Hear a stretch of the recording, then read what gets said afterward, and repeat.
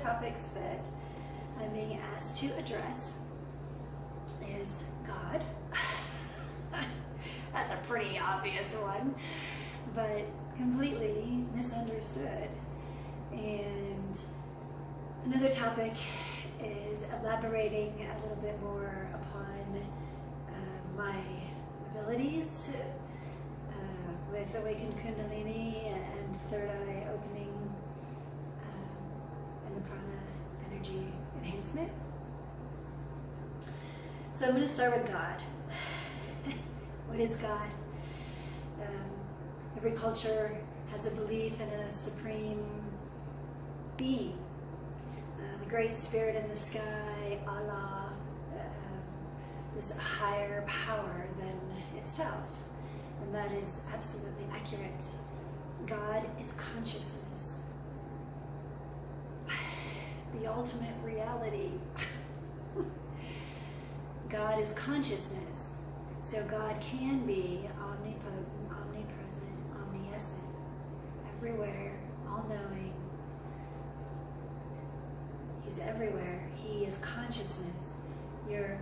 Whether it is your subconscious, your sleeping consciousness, your awake consciousness, your dream consciousness, God is consciousness for everything in all of creation. Billions and billions of galaxies, planets, people. It's astronomical. It's more than you can imagine. But God is consciousness. And as consciousness, He comes to me as a male, pure light. Light. God is pure light. It's the most brilliant, pure light that you can ever imagine. Brighter than the movie theater lights on stage and all of that. It's just brighter than the sun. It's white. It's this crisp, clear, brilliant, like a diamond, sparkling white. Just brilliant. So God as consciousness can manifest as anything and everything. God is a rock. A rock has consciousness. You think it's, a compound of minerals and it's just this big rock, but it's actually a living spirit of God. It is unable to express itself. People express themselves. They are consciousness in a body that expresses itself. An animal has consciousness. It expresses itself on a lesser degree than a human, but on a higher degree than a rock. God is everything. He knows everything. He knows your thoughts. He knows your heart because He is in you. When you have awakened Kundalini, He is the power that moves you, that gives you life. In your everyday life, we create things. It is the inspiration of God in motion on a very low frequency. Just like the musical octave C, D, E, F, G, A, B, the musical frequency of C is much harsher than the musical frequency of, say, B, which is very high pitch. And so human is at frequency C, very low on the scale. And so as we evolve, which we may only evolve slightly in this form, but in our next incarnation, and all of you have had probably hundreds and thousands of incarnations, in your next incarnation, you will have learned some of the lessons that your soul needs to know, and you will maybe operate at frequency D. And so you will be a higher evolved conscious expression of God. I hope that's not too confusing or too scientific or something, but God is pure consciousness, and that is how He is able to be everywhere, all the time, know everything. Pure consciousness. There are different degrees of consciousness. If you study psychology, I studied psychology. I was going to be a doctor in psychology when I was 13. Now I'm God. Yikes. The close to completion of being a goddess.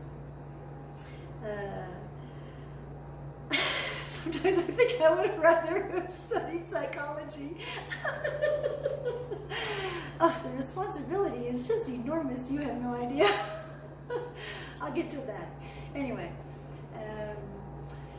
having a little fun. God can manifest and does manifest actively throughout all of creation, on all of the planets, in all of the cosmos, all the time, absolutely all the time. When I went to heaven, I was actually given a roadmap, cosmic map, of the path to heaven, and it is 100 billion, approximately 100 billion light years away from Earth. That's pretty far. Now, you know, light in space can be warped and twisted and turned, and it's all holographic, really. But if we were to give it some kind of a measurement, then I was told that heaven, where God is 100 billion light years away. So when NASA shows you a picture of like a galaxy or a planet 30 billion light years away, yeah, that's accurate. That's closer to God. that's closer to the beginning. We're way out here in our little solar system, Earth's solar system, Milky Way galaxy. Way far away. Our location from the core is about 2,400 light years up from the core of the Milky Way. And oh goodness, I don't know if I remember it off the top of my head right now. I did all of these calculations in my journals. I think we're about 90,000 light years out. I think that's what it is. So you come from the core and you spiral out. Is kind of how it works. And the cosmos is full of tunnels and light highways, and the description of a black hole is really wrong. I move through black holes frequently when I'm being moved by God to a different area in space and time in the cosmos. And they are tunnels, and when you enter, well, you can avoid one, you can just kind of move and go around it, but when you get into the vacuum of it, the pull of it, then once you enter into that, you cannot exit out of it, then you have to go through the tunnel. But it's really loud on the outside, but once you get into the tunnel, it's very, very quiet. It seems still. It's deafeningly quiet. It's so silent, and you just are moved through the black hole, and then when you are exiting out the other side, you can kind of see the rim of the tunnel, and then you exit out and you're in a new place, different place. It's kind of fun. There's little tunnels and big tunnels, and at every junction, every corner, There's a tunnel, the very core of the galaxy. Every galaxy has a tunnel that goes directly to God. It's a white tunnel though, not a black hole. It's a white hole, and it goes directly to God. And when you go through the layers of the core, the light changes until you get it actually, it's kind of dark up here, and then it brightens and brightens, and then it's just white as you enter the tunnel and go to God.